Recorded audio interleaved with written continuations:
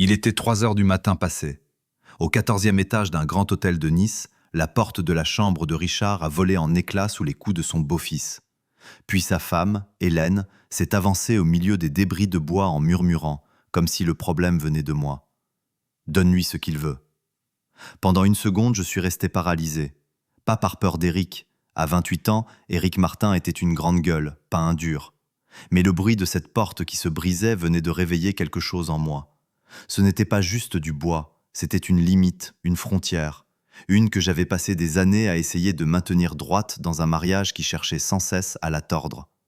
Dehors, le couloir était plongé dans ce silence feutré si particulier aux hôtels. La moquette épaisse, la climatisation discrète, le bourdonnement lointain d'un ascenseur. Et puis Éric a rempli ce vide de son haleine chargée d'alcool et de sa rage. « Je veux cette chambre, maintenant !» a-t-il hurlé, comme si l'étage entier lui appartenait. Il portait un short de bain et un débardeur noir bon marché, du genre qu'on achète dans les boutiques pour touristes. Il avait les yeux rouges, les cheveux en bataille comme s'il venait de se réveiller, mais je savais que non. Je sentais l'odeur du bar sur lui, la bière, quelque chose de sucré et cette note âcre de la tequila. Le genre d'odeur qui vous prévient que les ennuis sont déjà là. Hélène se tenait derrière lui, pieds nus dans son peignoir, les cheveux noués en un chignon brouillon. Son visage était crispé, fatigué, agacé contre moi, pas contre lui. « Richard », dit-elle de ce ton qu'elle réservait au moment où elle voulait obtenir quelque chose de moi sans en avoir l'air. « N'envenime pas les choses, changez de chambre, c'est tout. » Il est contrarié, comme si un homme adulte défonçant une porte à 3 heures du matin était une simple saute d'humeur. Je l'ai fixée, mais elle a évité mon regard. Elle observait le verrou brisé, l'air de déjà réfléchir à la façon d'expliquer ça à la réception. Éric a pointé le doigt vers l'intérieur de ma chambre, vers le grand lit près de la fenêtre. Les rideaux étaient à moitié ouverts. Dehors, Nice scintillait, les lumières des rues, les points mouvants des voitures, la ligne sombre de la mer au loin. C'était censé être romantique. On se serait cru sur une carte postale. À cet instant, ça ressemblait plutôt à la scène d'une humiliation. « Celle-là », a dit Éric, « c'est cette chambre que je prends. »« C'est notre chambre », ai-je répondu, et ma propre voix m'a paru étrange, trop calme, trop plate, comme si je m'écoutais de l'autre bout de la pièce. La bouche d'Éric s'est tordue en un rictus. Plus maintenant. Hélène m'a enfin regardé, et j'ai vu dans ses yeux ce mélange familier de pression et de pitié. Ce regard qui disait « Sois le plus intelligent, sois l'adulte. Paye le prix pour qu'on puisse tous retourner faire semblant. » « Richard, » a-t-elle répété plus doucement, presque suppliante, « tu sais qu'il traverse une mauvaise passe. Ne sois pas égoïste pour une histoire de lit. » Égoïste. Le mot m'a frappé comme une gifle. Parce qu'il ne s'agissait pas d'un lit, il s'agissait de tout ce que j'avais avalé depuis des années. Les billets d'avion, le loyer qu'Éric n'arrivait pas à payer, les prêts qui n'étaient jamais remboursés. La façon dont Hélène trouvait toujours une excuse pour expliquer que le comportement d'Éric n'était jamais vraiment de sa faute. Et d'une manière ou d'une autre, c'était toujours à moi qu'on demandait d'encaisser. Je n'ai pas répondu. Je suis resté là, en t-shirt et short de pyjama, l'air frais sur mes jambes, sentant le sol stable sous mes pieds alors que tout le reste vacillait. Derrière Éric, une porte s'est ouverte plus loin dans le couloir. La tête d'un homme est apparue, les yeux plissés, puis a disparu aussitôt. J'ai entendu un cliquetis de serrure. Personne ne voulait s'en mêler. J'ai regardé le cadre de la porte brisée. Le bois était fendu net à l'endroit du verrou. Un éclat de chaîne pendait comme une dent de lait.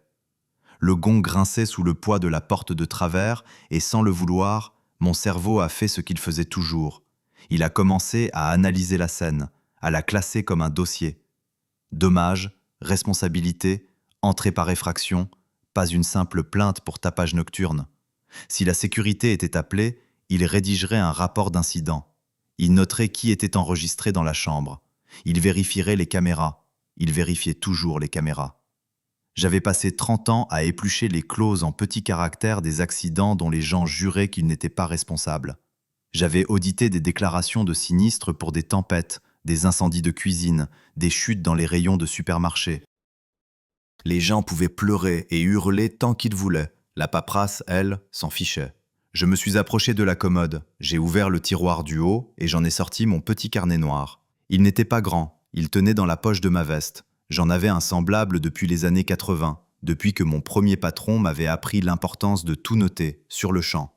J'ai actionné mon stylo Parker, un vieux modèle en argent que mon père m'avait offert pour une promotion, et j'ai écrit 3h07. Eric défonce la porte, exige la chambre. Hélène présente. Eric m'a regardé, décontenancé. « Qu'est-ce que tu fabriques ?»« Je prends des notes, ai-je dit. » Hélène a froncé les sourcils. « Richard, ne fais pas ça. Arrête. » Elle a toujours détesté quand je devenais silencieux comme ça. Procédurier. Elle aimait les émotions, qu'elle pouvait manipuler. Mon silence était un mur qu'elle ne pouvait pas escalader. Eric s'est avancé, torse bombé. « Bouge, je la prends. » Je l'ai dévisagé une longue seconde.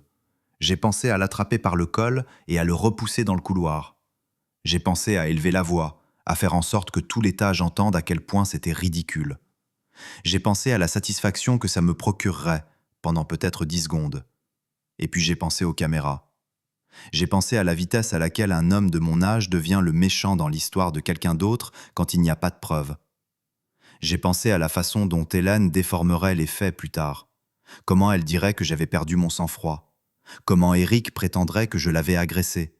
Et comment la vérité deviendrait floue dès qu'elle passerait par leur bouche. J'ai reculé d'un pas, non pas parce que je cédais, mais parce que je me retirais. « Très bien, ai-je dit. » Le visage d'Eric s'est illuminé d'un soulagement suffisant, comme s'il avait gagné quelque chose, comme s'il avait toujours su qu'il gagnerait. Hélène a poussé un soupir, comme si j'avais enfin agi raisonnablement. « Merci, a-t-elle dit, et elle le pensait. Elle voulait dire merci de ne pas l'avoir forcé à choisir sur le moment, merci de lui avoir facilité la vie. Je n'ai pas répondu. Je me suis dirigé vers le placard et j'ai sorti ma valise de sous les chemises suspendues. Je bougeais lentement, délibérément. J'ai plié mes vêtements avec des coins nets, comme ma mère me l'avait appris. J'ai rangé ma ceinture, ma brosse à dents, mon kit de rasage. Eric est passé en me bousculant et s'est affalé sur le lit comme un adolescent qui s'approprie le canapé. Il a enlevé ses tongs d'un coup de pied et a ri tout seul. J'entendais le bruit de l'océan au loin quand la climatisation s'arrêtait, un léger ressac derrière le bruit de la ville. J'entendais aussi des battements de mon cœur, réguliers et forts, comme s'ils avaient quelque chose à prouver. Hélène, les bras croisés, est restée dans l'embrasure de la porte, me regardant faire ma valise. Elle n'a pas proposé son aide. Elle ne s'est pas excusée.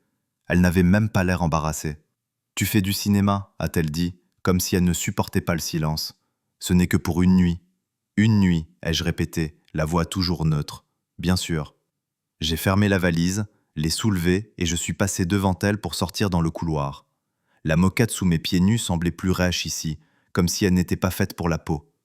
Les lumières du couloir étaient tamisées, jaunâtres, réglées pour maintenir une ambiance calme. Ce calme était une insulte. Hélène m'a suivi. « Où est-ce que tu vas ?» Je me suis retourné pour lui faire face. Derrière elle, dans la chambre, Eric riait déjà, marmonnant quelque chose comme « Enfin !» J'avais envie de lui dire 100 choses. J'avais envie de lui dire que j'avais passé des années à être l'adulte dans une maison qui récompensait la cruauté infantile. J'avais envie de lui dire qu'un homme ne peut se plier qu'un certain nombre de fois avant de rester courbé. À la place, j'ai dit « Quelque part où il y a un verrou ?» Sa bouche s'est entr'ouverte. Pendant une seconde, j'ai vu une véritable offense dans ses yeux. Pas de la culpabilité, pas de l'inquiétude, de l'offense, comme si je l'avais insultée, et non comme si elle venait de voir son fils défoncer notre porte. « Richard » commença-t-elle. Je n'ai pas attendu la suite. J'ai marché vers l'ascenseur, ma valise roulant derrière moi, tandis que la porte brisée bâillait encore comme une blessure. L'ascenseur est arrivé avec un léger ding. Les portes se sont ouvertes. Je suis entré et j'ai appuyé sur le bouton du hall. Alors que les portes se refermaient, le visage d'Hélène fut la dernière chose que j'ai vue, debout dans le couloir, enveloppée dans son peignoir, me regardant comme si je venais de la mettre dans l'embarras en public. L'ascenseur descendait en douceur, les numéros des étages défilant. 14, 13, 12.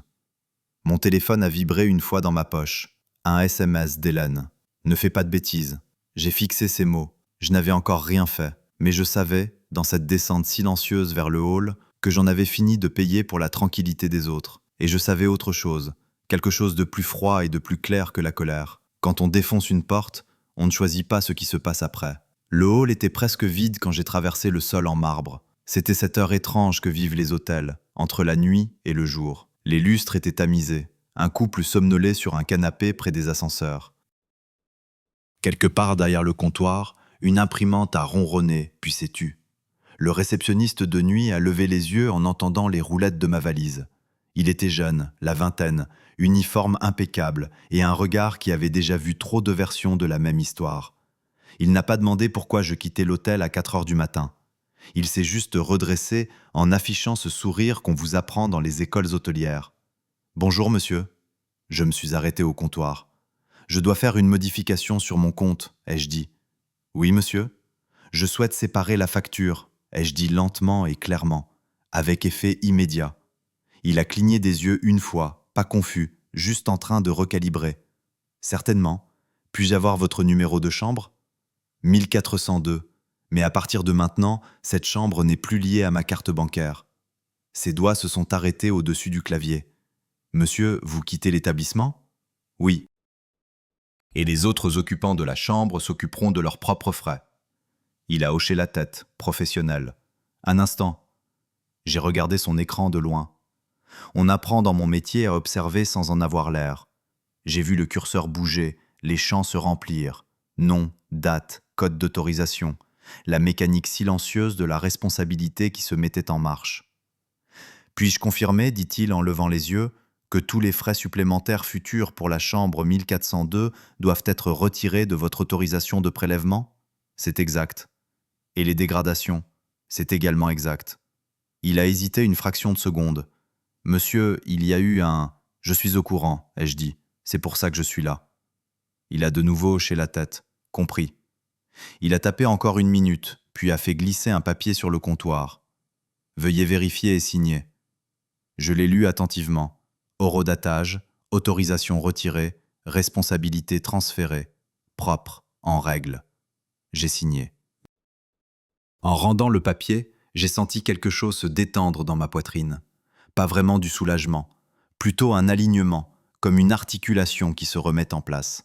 « Merci, » dit le réceptionniste. « Si vous avez besoin d'aide pour un transport vers l'aéroport, je m'en occupe. » Je suis sorti dans l'air chaud de la nuit. L'odeur de la Côte d'Azur était différente à cette heure. Le sel, les fleurs, une pointe d'ordure venant de quelque part. Il n'y avait pas de voiturier, mais un VTC est arrivé en quelques minutes. J'ai mis ma valise dans le coffre et je me suis glissé à l'arrière. En nous éloignant, j'ai levé les yeux vers l'hôtel. 14 étages de lumière et de verre. Quelque part là-haut, ma femme et son fils étaient probablement en train de célébrer, réécrivant déjà l'histoire dans leur tête. Richard a cédé. Richard cède toujours. Mon téléphone a de nouveau vibré. « Hélène, où est-ce que tu vas ?» Je n'ai pas répondu. Le chauffeur parlait du trafic, des vols. Je hochai la tête au bon moment, mes pensées dérivant à travers les années. Éric a 16 ans, claquant les portes de notre maison à Orléans. Éric a 22 ans, m'appelant de la fourrière parce qu'on avait enlevé sa voiture. Éric a 26 ans, jurant qu'il me rembourserait cette fois. À chaque fois, Hélène avait dit la même chose. « Il essaie, il est sensible, ne le brusque pas. » Et à chaque fois, j'avais payé, en argent, en silence, en dignité. L'aéroport était calme lui aussi, quelques voyageurs aux yeux rougis penchés sur un café. Je me suis enregistré, j'ai imprimé ma carte d'embarquement et je me suis assis près de la porte, ma valise entre les pieds. J'ai sorti mon carnet et j'ai écrit une autre ligne. 4h21, quitter l'établissement. Facture séparée. Mon téléphone a encore vibré, un message vocal, la voix d'Hélène, tendue et agacée. « Richard, c'est ridicule. Éric était juste saoul. Tu fais toute une histoire pour rien. Appelle-moi. » J'ai retourné le téléphone, écran vers le bas. Quand l'embarquement a commencé, j'ai pris un siège côté hublot. Au décollage, les lumières de Nice se sont étirées, dispersées, puis ont disparu dans le noir. J'ai regardé jusqu'à ce qu'il n'y ait plus rien à voir. Quelque part au-dessus de la Méditerranée, mon téléphone a vibré à nouveau. Un autre message vocal. Celui-ci plus sec. « Tu ne peux pas nous abandonner comme ça, » disait Hélène. « Tu te conduis comme un gamin. » J'ai fermé les yeux et j'ai respiré jusqu'à ce que le vrombissement des moteurs devienne un son régulier plutôt qu'une pression dans mon crâne. Au moment d'atterrir, ma décision était prise sur un point. Je n'allais pas discuter. De retour à Orléans, l'air semblait plus lourd, plus frais, familier. J'ai déposé ma valise à la maison et je suis allé directement à la banque. La guichetière me connaissait. Elle m'a demandé si je voulais faire mon opération habituelle. Oui, et je dois bloquer temporairement une carte bancaire. Elle n'a pas posé de questions. Pendant qu'elle s'exécutait, mon téléphone s'est allumé. Un SMS. Hélène. L'hôtel dit qu'Éric doit payer pour la porte. Règle ça. J'ai fixé le message un long moment. Puis j'ai remis mon téléphone dans ma poche et j'ai signé le formulaire devant moi. Je ne réglais plus rien. Je ne suis pas rentré directement chez moi. Je suis resté assis dans ma voiture sur le parking, moteur éteint, les mains sur le volant, laissant le silence s'installer. Orléans se réveillait autour de moi. Des camions de livraison, le rideau de fer d'une boulangerie qui se levait. C'était ça, la partie que les gens ne voient jamais. Ils imaginent la vengeance comme un interrupteur, un discours, une porte qu'on claque. Mais les vraies conséquences commencent plus petit. Elles commencent avec de la paperasse. Je suis allé à mon bureau, un petit immeuble en briques en périphérie de la ville. J'y travaillais depuis si longtemps que son odeur, café, tonneur, vieille moquette, était comme un réflexe. J'ai déverrouillé, allumé les lumières et posé ma valise à côté de mon bureau. Sur le mur derrière moi, des certificats encadrés, des licences, des attestations de formation, des choses ennuyeuses. Je me suis assis, j'ai ouvert mon ordinateur portable et j'ai retrouvé la réservation de l'hôtel. Chambre 1402. Mon nom, celui d'Hélène, les dates, les tarifs. Et là, le détail que je soupçonnais déjà. Éric ne figurait pas sur la liste initiale des clients. Hélène l'avait ajouté plus tard. Je pouvais voir l'heure de la modification, un ajout tardif, des heures après que j'ai réservé. Le genre de détail anodin pour la plupart des gens, mais pas dans mon métier. Je me suis adossé à mon fauteuil. Il ne s'agissait pas de tendre un piège. Il s'agissait de comprendre comment la responsabilité fonctionne vraiment quand les choses tournent mal. J'ai rédigé un email au service juridique de l'hôtel, ni colérique, ni accusateur, sobre. Je demandais la conservation des enregistrements de vidéosurveillance et une copie du rapport d'incident lié à la chambre 1402 aux premières heures du matin. J'ai joint mon numéro de confirmation. J'ai signé. Puis j'ai attendu.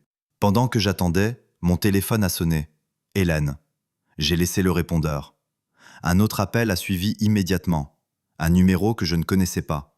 J'ai décroché. Richard Lefebvre, bonjour. Monsieur Lefebvre, dit un homme à la voix prudente. Daniel Ortiz, directeur adjoint de l'hôtel à Nice. Oui. Je vous appelle suite à l'incident de ce matin. J'ai fermé les yeux. Ça y était. Nous avons documenté les dommages, a-t-il poursuivi. Il y a une question concernant la responsabilité. Continuez, ai-je dit. L'individu impliqué, votre beau-fils, n'était pas enregistré comme client au moment de la réservation. Je n'ai pas réagi. Je l'ai laissé continuer. Cela change la classification de l'incident. Nous voulions confirmer que vous n'autorisiez plus les frais liés à cette chambre. C'est exact, ai-je confirmé. Une pause. Des bruits de papier à l'autre bout du fil. Merci de cette clarification. Nous allons procéder en conséquence. Envoyez-moi le rapport quand il sera finalisé, ai-je dit. Bien, monsieur. Quand l'appel s'est terminé, je suis resté assis à regarder mon bureau. La notification d'un nouvel email est apparue sur mon écran. De Service juridique, hôtel, nom de l'hôtel, Nice. Objet, documentation incident chambre 1402. Je l'ai ouvert. Le rapport était là. Horaire, déclaration du personnel, évaluation des dommages. Une note sur la vidéo de surveillance montrant un sujet masculin forçant l'entrée. Aucune mention de provocation, aucune mention de lutte. Juste des faits. Mon téléphone a vibré. Un SMS d'Éric cette fois. Éric. Tu te crois malin? Tu peux pas nous laisser comme ça. Je n'ai pas répondu. J'ai transféré le rapport d'incident sur ma messagerie personnelle. J'en ai imprimé une copie et je l'ai glissé dans un dossier cartonné. Sur l'onglet, j'ai écrit un mot. Nice. Je ne prenais aucun plaisir à tout ça. C'est ce que les gens ne comprennent jamais. Il n'y avait ni adrénaline, ni satisfaction. Juste le sentiment constant et inconfortable que les choses s'alignaient, que je le veuille ou non. J'ai pensé à appeler Hélène, à arrondir les angles, à expliquer comment on pouvait arranger ça ensemble. J'ai pensé à la facilité avec laquelle je pourrais reprendre mon ancien rôle, celui qui absorbe le chaos pour que tout le monde puisse faire semblant. Puis j'ai repensé à cette porte, au son qu'elle avait fait en se brisant. à la façon dont Hélène avait regardé à côté de moi et non pas moi, à quel point je m'étais senti petit, debout dans ma propre chambre, comme si je demandais la permission d'exister. J'ai vérifié mes emails, un autre message, de la société de carte de crédit. Confirmation du retrait de l'autorisation. Plus aucun débit autorisé. Propre. Mon téléphone a encore sonné. Hélène, j'ai répondu. Qu'est-ce que tu as fait a-t-elle exigé sans même dire bonjour. J'ai fait exactement ce que j'avais dit. Ils disent qu'Éric doit tout payer, dit-elle. La porte, l'intervention de la sécurité, tout. Il n'a pas cet argent. Ce n'est pas mon problème, ai-je dit, et les mots sont sortis avec une facilité qui m'a surpris moi-même. Tu le punis ? Non, ai-je répondu. J'arrête. Elle est restée silencieuse. Je pouvais entendre sa respiration rapide et saccadée. Tu fais toujours ça, a-t-elle fini par dire. Tu te caches derrière la paperasse. J'ai regardé le dossier sur mon bureau, les lignes nettes, les dates. Je me cache derrière la vérité, ai-je dit. Ce n'est pas la même chose. Elle a raccroché. Je suis resté là un long moment après ça. Je n'étais pas en colère, je n'étais pas triomphant. J'étais fatigué. Fatigué de payer pour avoir la paix. Fatigué d'expliquer le respect le plus élémentaire à un adulte. Fatigué qu'on me dise que le silence était une faiblesse. J'ai fermé le dossier et je l'ai glissé dans un tiroir. Ce n'était pas fini. Je sentais que les ondes se propageaient déjà, touchant des choses que je n'avais pas prévues. Le travail, la paroisse, le voisinage, les endroits où les histoires prennent vie. Mais pour la première fois depuis des années, je n'essayais pas de les arrêter. Le téléphone a sonné juste après 18h, alors que j'étais dans ma cuisine.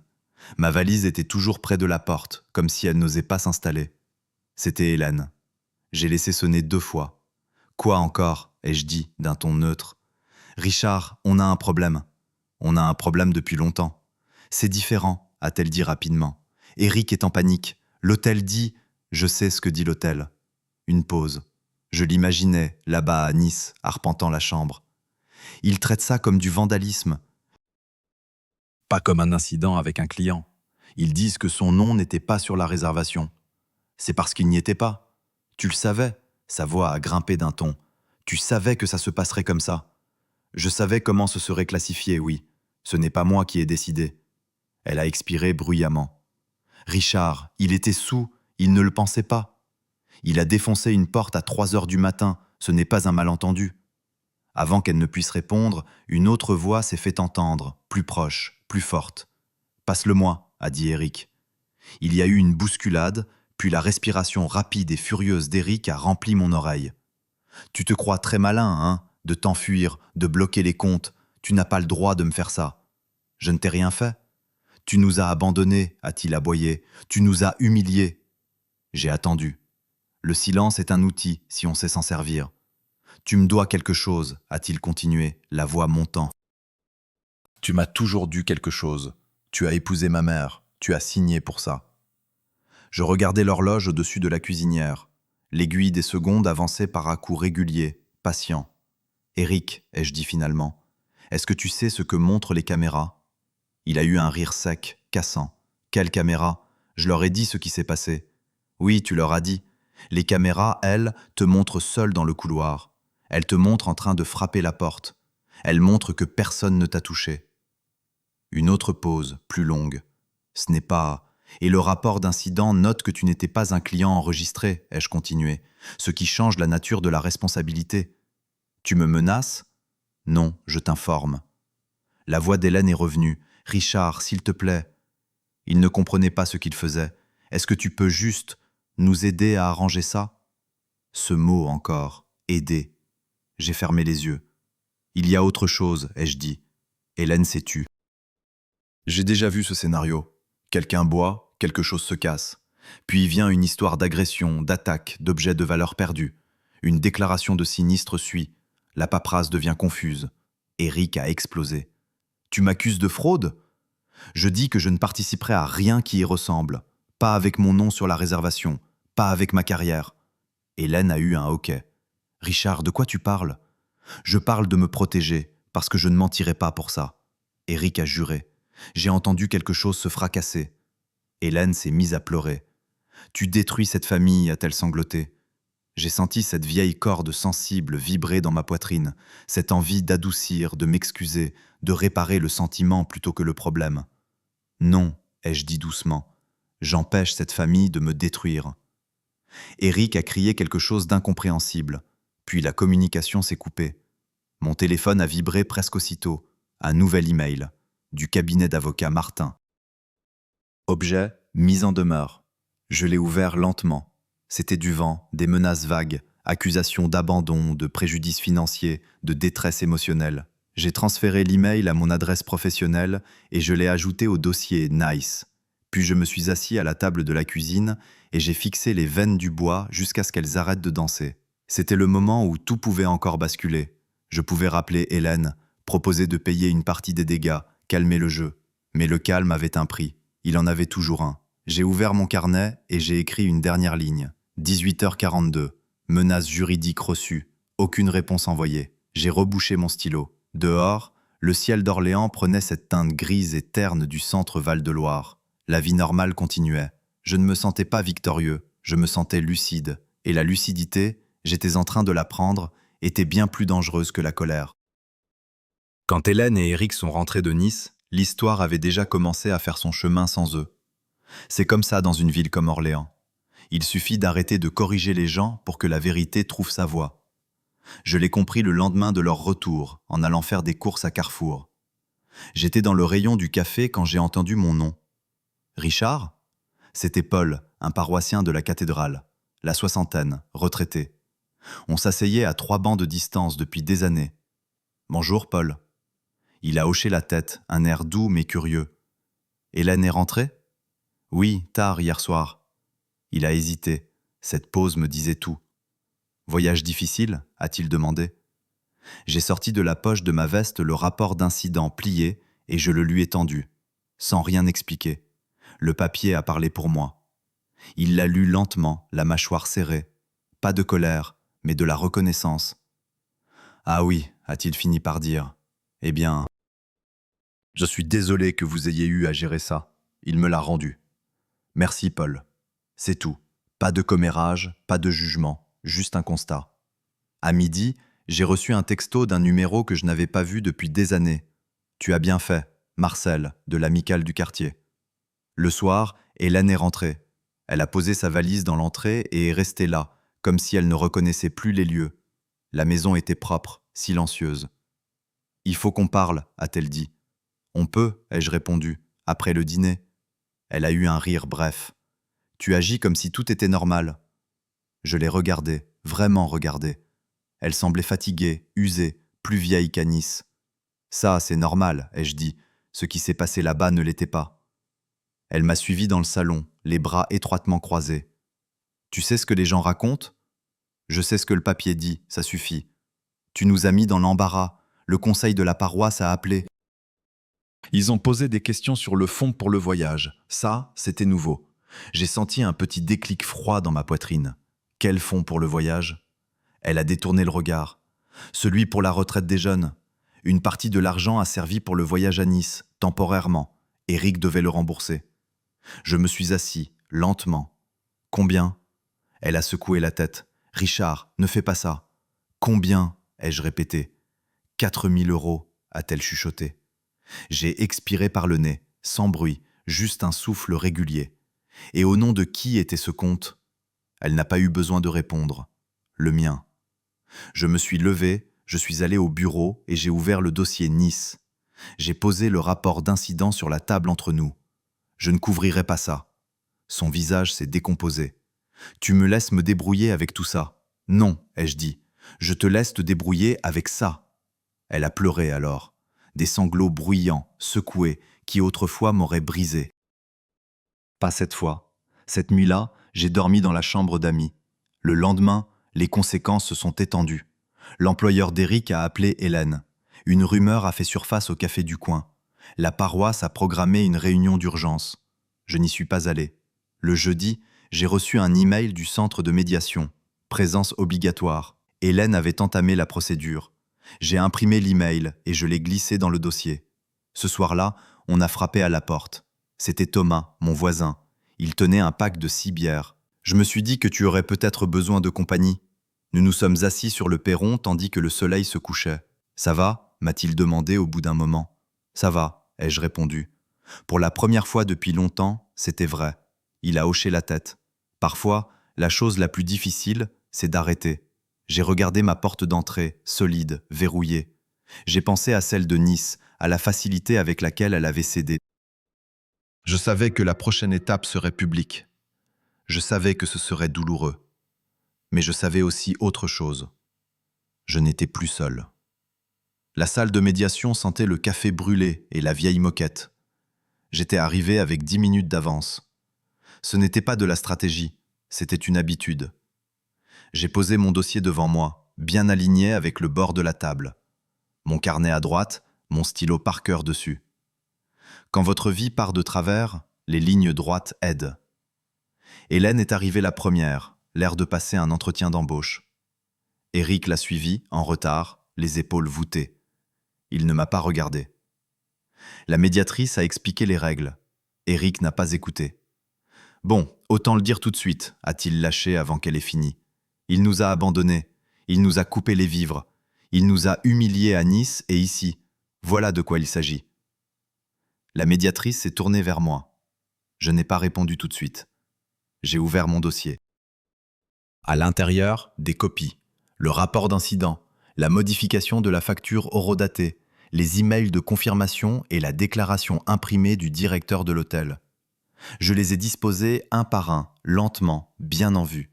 « Je ne suis pas ici pour débattre », ai-je dit. « Je suis ici pour clarifier ce qui s'est passé. » Éric a eu un rire mauvais. « Tu crois que c'est en agitant tes papiers que tu as raison ?» Je l'ai regardé, vraiment regardé. « Commençons par la chronologie », ai-je dit. J'ai fait glisser la première page. 3h07. La vidéosurveillance montre Éric dans le couloir. Il donne des coups de pied dans la porte. La porte cède. Personne d'autre ne la touche. Éric s'est agité sur sa chaise. « Je n'ai pas fini », ai-je dit calmement. 3h09. La réception reçoit une plainte pour tapage. 3h13. La sécurité arrive. 3h15. Les dommages sont documentés. J'ai fait une pause. 3h17. Je sors de la chambre avec ma valise. Hélène fixait la table. J'ai fait glisser la page suivante. Voici l'enregistrement des clients. Mon nom, celui d'Hélène. Le nom d'Éric n'y figure pas. Ça ne veut rien dire, a-t-il hurlé. Ça veut tout dire, ai-je dit. J'ai tourné le rapport vers la médiatrice. La responsabilité suit l'enregistrement. Il n'était pas un client enregistré. Ce rapport classifie les dommages comme du vandalisme par un individu non enregistré. Pas un accident causé par un client. Éric s'est levé si vite que sa chaise a raclé le sol. Tu fais ça exprès. Tu as tout planifié. Tu voulais que je me fasse avoir. La médiatrice s'est levée. Monsieur, veuillez vous rasseoir. Tu as gâché ma vie, a crié Éric en me pointant du doigt. Tu aurais pu payer, tu as toujours payé. Le silence est tombé dans la pièce. Cette phrase pesait plus lourd que tout le reste. Je l'ai regardé, puis j'ai regardé mes papiers. Non, ai-je dit, je n'ai pas gâché ta vie. J'ai fermé le dossier et j'ai posé mes mains dessus. J'ai arrêté de payer pour tes erreurs. Éric a ouvert la bouche, puis l'a refermée, le visage rouge. Il y a une différence, ai-je ajouté. La médiatrice a repris la parole. Monsieur Martin, il y a aussi une déclaration du personnel de l'hôtel concernant votre version des faits. Elle a lu à voix haute. Le client a tenté de requalifier l'incident en altercation physique. L'examen des enregistrements n'a pas corroboré cette affirmation. Éric a ri trop fort. Ils mentent. De plus, a poursuivi la médiatrice, le client a demandé des documents pour une déclaration de sinistre personnel, sans lien avec les dommages matériels. Hélène a vivement levé la tête. Quelle déclaration ? Éric s'est tourné vers elle. Ce n'est rien. J'ai enfin regardé Hélène. Voilà ce que je voulais dire. Voilà pourquoi je me suis retiré. Éric a frappé la table du poing. Tu te crois meilleur que moi ? Tu te prends pour un héros parce que tu notes tout ? Non, ai-je dit. Je pense que tu n'as jamais eu à vivre avec les conséquences de tes actes. Ce n'est pas vrai, a-t-il hurlé. Alors asseyez-vous et écoutez, a dit fermement la médiatrice. J'ai ouvert mon carnet et j'ai lu la dernière ligne que j'avais écrite. 18h42. Menace juridique reçue, aucune réponse envoyée. J'ai regardé Éric. Je n'ai pas riposté. Je ne t'ai pas attaqué. Je n'ai pas répandu de rumeurs. J'ai regardé Hélène. J'ai arrêté de mentir. Ses yeux se sont remplis de larmes. Je ne suis pas venu ici pour gagner, ai-je dit. Je suis venu pour en finir. La médiatrice a hoché la tête lentement. Sur la base des documents, la responsabilité des dommages incombe à M. Martin. M. Lefebvre n'est pas tenu de couvrir ses frais. Éric a laissé échapper un son étranglé entre le rire et le sanglot. Hélène a murmuré « Richard ». Je me suis levé. Mon implication s'arrête ici, financièrement, légalement, émotionnellement. J'ai ramassé mon dossier et mon carnet. Alors que je me dirigeais vers la porte, Éric a crié dans mon dos « Tu crois que ça fait de toi un homme fort ?» Je me suis arrêté, la main sur la poignée, sans me retourner. « Je crois que ça me rend libre », ai-je dit. Puis j'ai ouvert la porte et je suis sorti dans le couloir, laissant le bruit derrière moi. La maison semblait différente après la médiation, pas vide, juste, claire, comme une pièce dont on a enlevé les meubles et où la poussière est enfin retombée, laissant voir le sol. Hélène n'est pas rentrée ce soir-là. Elle m'a envoyé un texto pour dire qu'elle restait chez une amie. J'ai répondu un simple « d'accord ». Dans les jours qui ont suivi, j'ai fait ce que je savais faire de mieux. J'ai fait des listes, comptes à séparer, autorisations à annuler, paiements automatiques à stopper. J'ai traité mon mariage comme j'aurais traité un audit compliqué, avec méthode, respect et honnêteté sur ce qui n'était plus viable. Quand Hélène et moi nous sommes enfin assis pour parler, il n'y a eu ni cri ni accusation. Juste deux personnes constatant la même vérité depuis les deux bouts de la table. « Je ne sais plus qui tu es », a-t-elle dit doucement. J'ai hoché la tête. Moi, si. C'est à ce moment-là que nous avons tous les deux compris. On peut réparer une porte, on ne peut pas réparer une limite une fois qu'elle a été franchie et que ce franchissement a été nié. Le divorce a été simple, pas de scène au tribunal, juste des signatures, des dates et un dernier virement qui ressemblait plus à un soulagement qu'à une perte. Éric ne m'a plus jamais adressé la parole. Quelques semaines plus tard, j'étais assis avec mon conseiller financier. « Vous savez, a-t-il dit en tapotant sa calculatrice, avec ces changements, vous pourriez prendre votre retraite plus tôt que prévu ? Combien plus tôt ? Il a souri. 4, peut-être 5 ans. J'ai réfléchi un long moment. 5 ans de matin sans tension. 5 ans sans attendre la prochaine crise. 5 ans gagnés non pas avec des heures supplémentaires ou de la chance, mais avec la simple décision d'arrêter de payer pour le chaos. Un dimanche matin, j'étais assis dans mon salon avec une tasse de café noir. Le bon, celui que je m'étais toujours dit trop cher. La maison était silencieuse, à l'exception du tic-tac de l'horloge. Dehors, Orléans vivait à son rythme habituel. J'ai regardé ma porte d'entrée. Solide, intacte, verrouillée comme une porte doit l'être. Pendant des années, j'avais confondu la paix avec l'endurance. Je pensais qu'être un homme bien signifiait absorber tout ce qui arrivait et sourire. J'avais tort. La paix a un coût. Le silence aussi. La seule différence, c'est de savoir qui paie l'addition. Et pour la première fois, ce n'était plus moi.